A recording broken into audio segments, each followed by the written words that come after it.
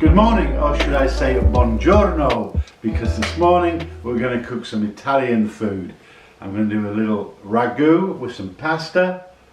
I was asked by my colleagues to do chicken wings for the students, but unfortunately I don't have any chicken wings. I don't really know when I could get some more, so we're going to be doing a classic dish today of ragu with pasta, or a classic student dish indeed, bolognese alla pasta. So let me just go through the ingredients first, and then we'll do some cooking. So we're starting with the ingredients.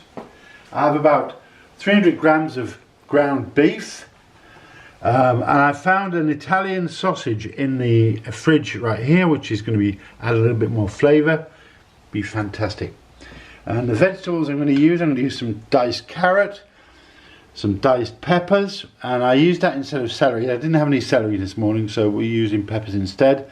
I've got some one diced red onion, some minced garlic, about 2 or 3 cloves minced. Next to it I have some ground nutmeg, which is going to give it some extra flavour. And I've got a little bag of herbs. I'm not going to use all of them, but I didn't have any particular herbs. I just have this bag of mixed Greek herbs. We'll have oregano in it. We also have a diced tomato. That's 1 fresh tomato. I have some pasta, whatever I had both in the fridge, which I made this morning, and some dried pasta which I found, and some parmesan for the dish when it's finished. It's obligatory to have parmesan with the tomato sauce. I have some white wine there, about 6 or 7 fluid ounces. You don't have to have white wine, but you can use it, it's good.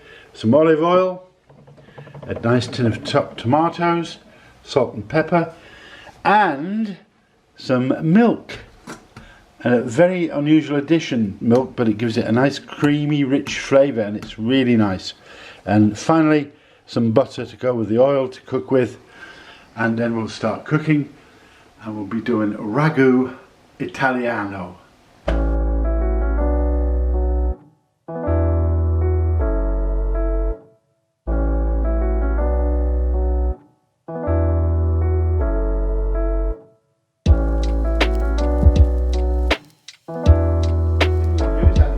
Oil to the pan, not an awful lot, and I'm going to add some butter as well because it gives it a nice richer flavour. Just a little bit of butter. Add it with the oil so it doesn't burn. That's the main thing. That's why we put oil and butter together. Now then, once that starts to melt and gets hot, we're going to add our vegetables. The very first thing is to add the vegetables. So let's put them in. We put our onions, our carrots, all the vegetables, and the peppers all go in, and I'll add the garlic a little later. I'll add it now, so we're going to cook it. So we've got all that vegetables, and the nutmeg will go in later on. So we're just going to soften the product first. Lovely smells coming out of that. Lovely, lovely, lovely. And when that softens a little bit, we're going to add our meat. We'll add the herbs as well later. I wish you could smell it. I really wish I had smell-o-vision now. Even my cameraman's getting excited with the smell that's coming out of these pans. The next thing to do is to add our meat. So I'm not going to add all of the meat actually, I'm going to add about 200 grams because I don't want too much meat. We'll have save some for later. Add the sausage. Now it's important to make sure that this doesn't clag together, as I say. Clag is a great word, a good Yorkshire word, but it just doesn't want to stick together, so we're just trying to make it a little bit less lumpy. Just while it's going brown, it's a lovely flavour. The smell again is coming out. And as this is coming down, I'm going to add my nutmeg. Quite a bit of finely chopped nutmeg. a little tweak of herbs, not the whole bag, but a nice pinch of herbs. The smell now coming out of it is magnificent. Really wish you could smell it. So we're just going to let that brown for a little while.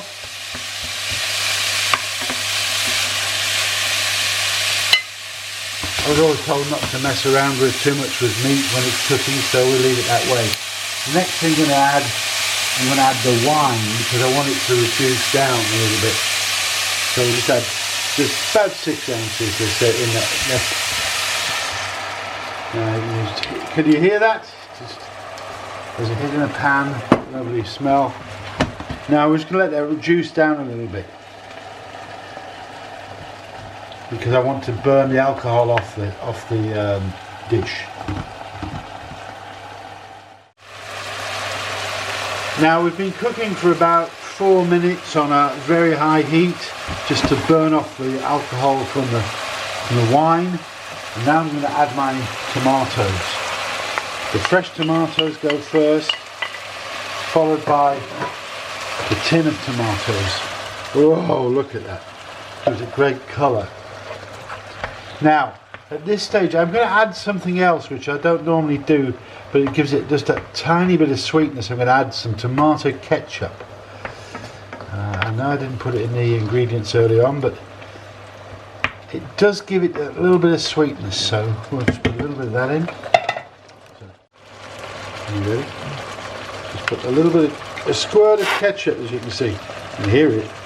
And that, again, as I said, it gives it that nice bit of sweetness. And now I'm going to add my milk. Just under a pint of milk goes in here. And it's going to be quite loose, so we're going to cook it for quite a while. So let's put my milk in. Ooh, straight from the dairy. So I want just about under a pint, so we'll pour it in.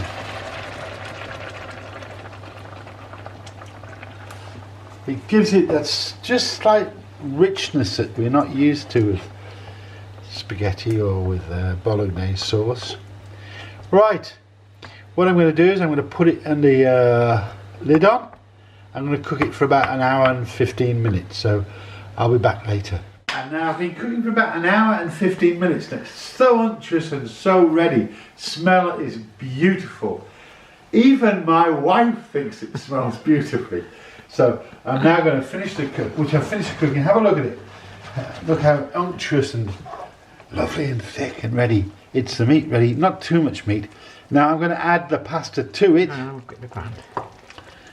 While my wife is looking round, right, I'm going to add the pasta to it. Just a bit of cooked pasta, penne that I had in the cupboard. So we're going to add that to it. We'll give it a quick stir. Find my wooden spoon. I will do that. Get a new one. Thank you. Right. So just mix it together like so. Oh, look at it coating that pasta. It smells, I'm sure it's going to taste wonderful. One day we'll get a smell-o-vision camera so all of you guys can look at it. It's a real appetizing student dish. I'm sure you can all try this and master it. Right, let's put it in the pan, in the bowl, and we're ready.